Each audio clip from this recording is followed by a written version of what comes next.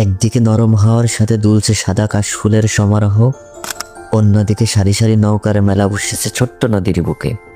কেউ চোখ মেলে দিগন্ত জোড়া কাশফুল উপভোগ করছে, কেউ বা আপন মনে বসে নৌকায় ভ্রমণ করছে।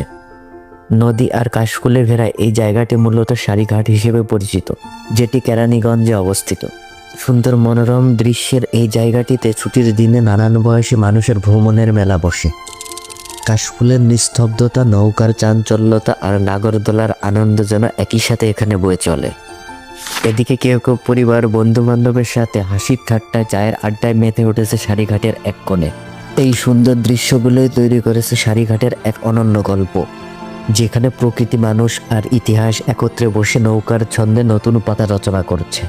পরিশেষে বলতেই হয়, নৌকার ধারের প্রশান্তি আর কাশফুলের সৌন্দর্য আপনাকে কখনোই হতাশ করবে না, বরং বারবার টেনে নিবে তার নিজের কাছে।